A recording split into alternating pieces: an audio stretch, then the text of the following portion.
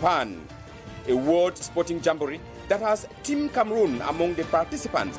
In this edition, we go down memory lane about the games and highlight Cameroon's participation in Olympic Games so far. Coupled with a roundup of African news, stay with us for details of these stories and more right ahead.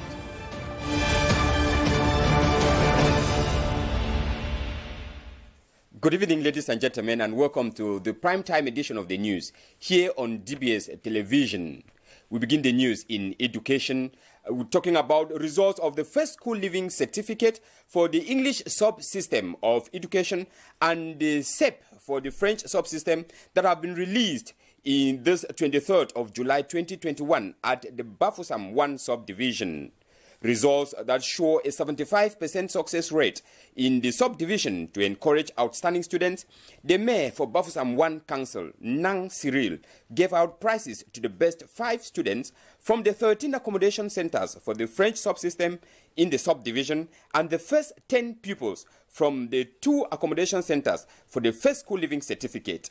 10 best schools in the subdivision from both public and private were equally awarded prizes for the SEP and First School Living Certificate.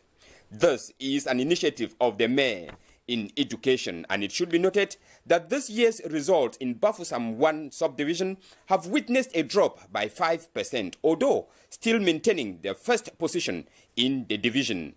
It was an opportunity for the divisional officer for Bafoussam 1 to call on teachers to work on some of their weak points so as to improve the results next year. In the following excerpt, let's get the impression of a teacher and a beneficiary who all lauded the initiative of the mayor.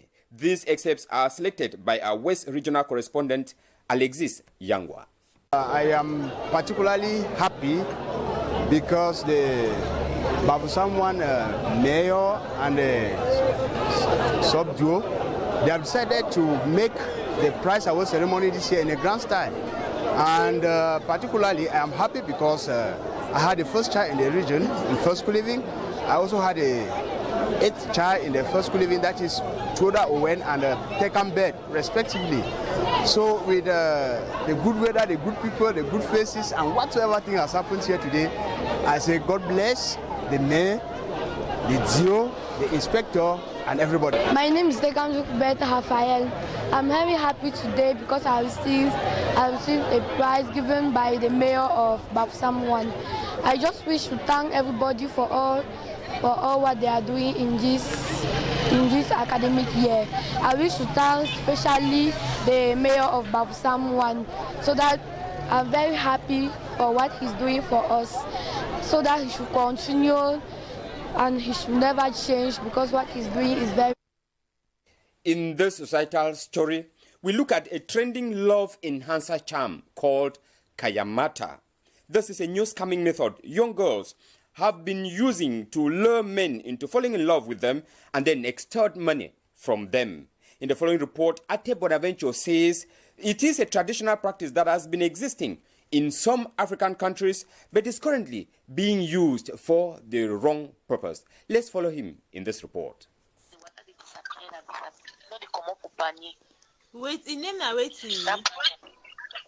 A leaked WhatsApp voice note conversation between 2 girls in Boya has recently made revelations about a love enhancer and charm called Kayamata. The entire set, according to the leaked voice note, cost 90,000 francs CFA, and girls are ready to buy it to lure men into falling in love with them and to destroy homes.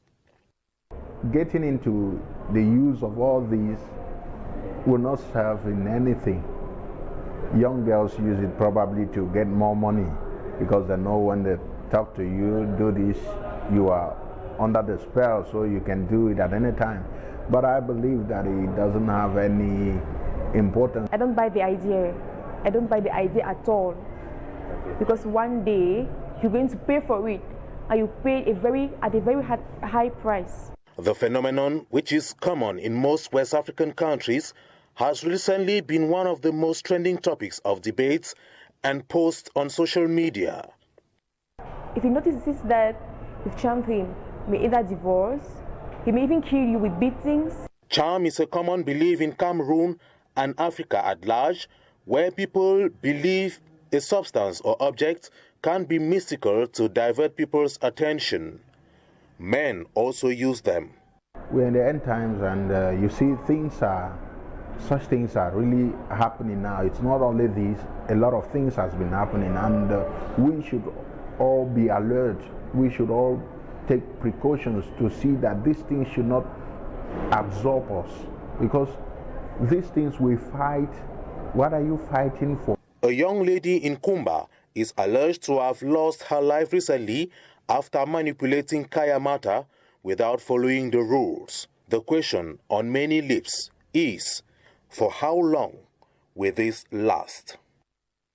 For how long actually will this last, Ate? That is a question that many are yet to answer.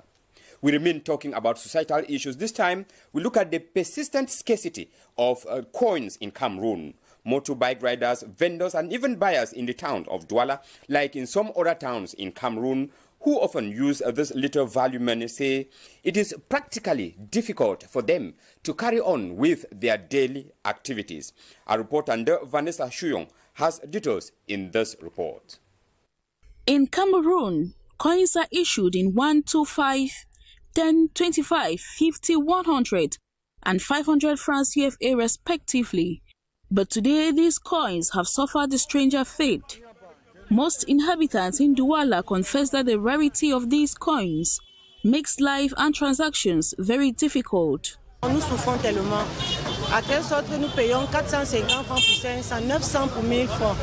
900 pour 1000 francs, donc c'est pas facile ici, là nous souffrons tellement. Et on nous vend souvent 10 000 à 11 500 et nous sommes obligés de payer ça pour vendre avec. Oui. Et si nous n'avons pas les jetons, nous ne pouvons pas vendre. Ça fait pénaliser les commerçants, tout le monde. Quelqu'un paye quelque chose maintenant qu'il ne fallait pas payer. Tu payes quelque chose de 200, il n'y a pas 300. Tu payes quelque chose de 400, il n'y a pas 100 francs. Ça lui pousse maintenant à lui payer quelque chose de 500 francs pour rentrer chez qui n'avait pas prévu. Ça pénalise tout le monde. Nous-mêmes les bersignés là, comme nous sommes là. Parfois on refuse le client ici. Il vient dire un de sa est 300, il nous dit qu'il a 200. On est obligé de porter parce qu'il n'a pas la monnaie pour lui rembourser. Its disappearance has caused movement to be tough, slowed businesses, and keep everyone wondering where coins have gone to. Vous avez dit que vous avez arrêté les Chinois avec les pièces au port. Toutes ces pièces sont parties où? Mais c'est ça que la question que nous posons ici au gouvernement. Le gouvernement vient nous poser la question que nous on va répondre quoi là maintenant. Et même ils ont dit qu'ils ont arrêté les pièces au port, le conteneur de pièces. On a arrêté à Ndorbom les pièces, on a monté les pièces, on a vu. Toutes ces pièces sont parties où? Les gens sont en train de souffrir. Voilà ça, je n'ai que 150 ici. Et avec 150, je vais vendre quoi avec? Si 2 clients ou 3 clients se tiennent là, ils vont vendre comment? Voilà tout ce que j'ai. The phenomenon is causing untold suffering to the population as every day one needs to have coins before doing any transaction. In some cases, one remains stranded as a businessman will simply tell you, "Je n'ai pas de monnaie." Some opinions hold that some game machines, commonly known as tape-tape, swallow up the coins which are eventually transported to the other parts of the world. It becomes more worrisome as some traders and taxi drivers are exploiting the situation and tell customers that they don't have coins, forcing them to either leave their change or buy an extra good to make up with what they have. Others take it as an advantage of the inadequacy of smaller denominations of the legal tender to sell coins.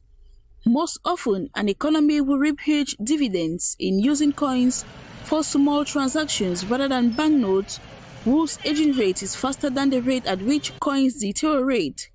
A cry by the citizens of Douala and Cameroon as a whole for government to take proper action in order to safeguard their franc CFA coins. Wherever these coins have gone to, our prayers are that they should come back and do so urgently. We talk about this other one threat that is gradually taking root in our society.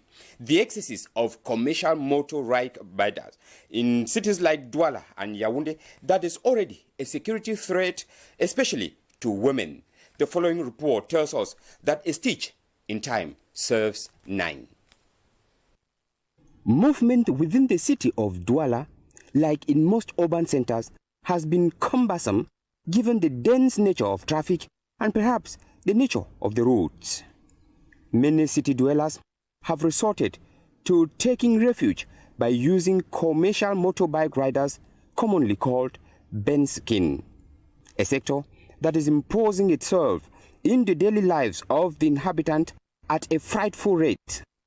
One characteristic of this mode of transportation within cities in Cameroon is that most of these commercial riders demonstrate a very impolite comportment towards their clients.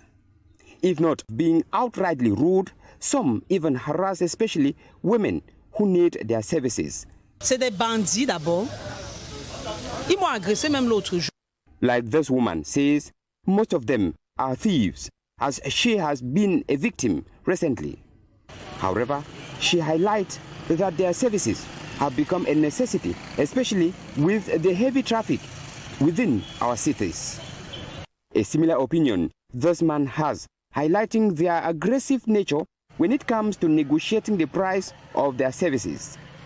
These are young men, most of whom have very little or no mastery of driving rules. They do not respect a traffic light. To him, the government needs to do something to sensitize them, irrespective of their numbers. C'est le gouvernement qui devait plutôt sensibiliser. Among their ranks, there are the good, the bad, and the ugly. Other Cameroonians feel that some do not even have any identification papers, making it difficult to instill some order in the sector. We talk African stories. A dozen of civilians have been killed in Central African Republic, resulting from clashes between military forces and armed civilians. Then in Burkina Faso, the country receives 150,000 COVID-19 vaccines from the United States of America as the country battles with surging coronavirus pandemic. And Israel has finally been granted the official observer status at the African Union held in Addis Ababa in order to strengthen its foreign policy. More of this with our student intern, King Rudy Tapong.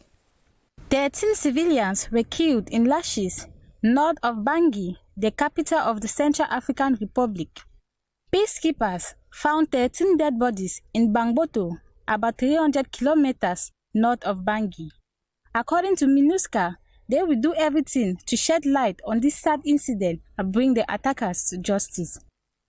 The government has blamed the Coalition of Patriots for Change, created in December 2020, to try and topple President Faustin Touadéra of being behind the attack. Central African Republic is the second least developed country in the world, according to the United Nations, and suffers from the aftermath of a brutal civil conflict that erupted in 2013.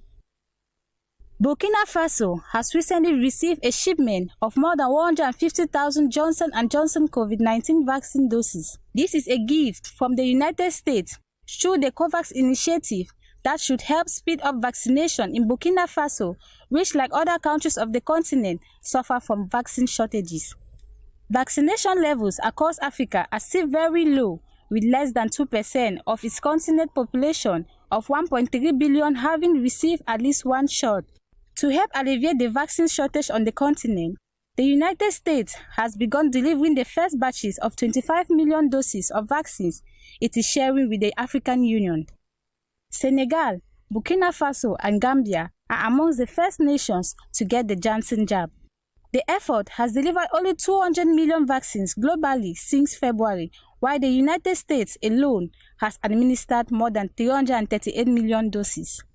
Israel has been granted official observer status at the African Union, a goal the country's diplomats have been working towards for nearly 2 decades. Israeli Ambassador Aleli Admasu presented his credentials to Musa Faki Mohammad, chairman of the African Union Commission, at the African Union headquarters in Ethiopia's capital, Addis Ababa. The observer status will enable Israel to further help the African Union in fights against the coronavirus pandemic and terrorism on the continent. Israel previously held observer status at the Organization of African Unity, but was long foiled in its attempt to get it back after the Organization of African Unity was disbanded in 2002 and replaced by the African Union. The country currently has relations with 46 African countries and has wide-ranging partnerships and joint cooperations in many different fields, including trade and aid. And in sports news, the delayed Olympic Games finally kicks off in Tokyo, Japan, amid fear of rising coronavirus pandemic. In this report, Ekokobo Remy Carol traces the participation of Cameroon as well as the history of the Olympic Games so far, and she equally recounts what Cameroon has harvested from the competition so far. Her report. The 2021 Olympic Games, scheduled to begin today, July 23rd, is ongoing in Tokyo, Japan. This year's competition assembles 205 countries from different parts of the world to compete in the 33 sports and 46 disciplines. The Olympic Games originated in ancient Greece 3,000 years ago. From the 8th century BC to the 4th century AD, the Games were held every 4 years in Olympia, located in the western Peloponnese Peninsula in honor of the god of Zeus. The first modern Olympics took part in 1896 in Athens and featured 280 participants from 12 nations competing in 43 events. From the 19th century till date, it has become the world's prominent sporting competition. Since 1944, the Summer and Winter Olympic Games have been held separately and have alternated every 2 years.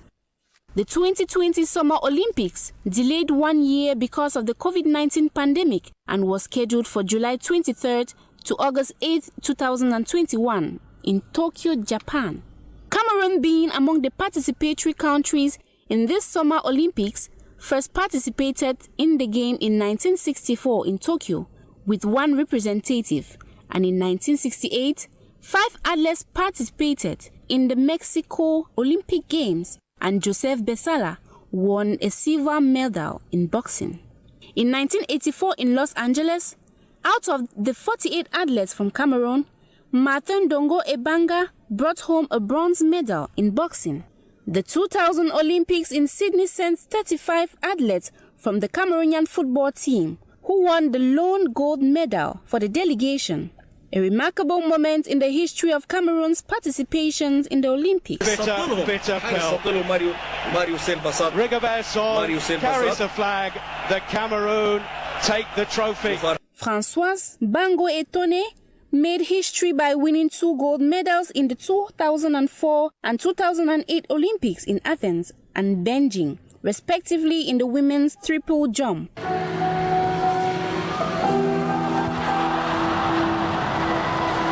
In the London 2012 Olympics, Medias Nzeso in the weightlifting won a bronze medal out of the 33 participants from Cameroon.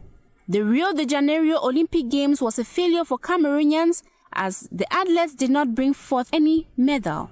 In total, Cameroon has won 6 medals in the Olympic Games since 1964. The team Cameroon in this year's Olympics is made up of 16 athletes competing in 7 disciplines and are expected to put in their best as the games unfold. We do pray that Team Cameroon comes home with a rich harvest to increase the count from what we had in that report.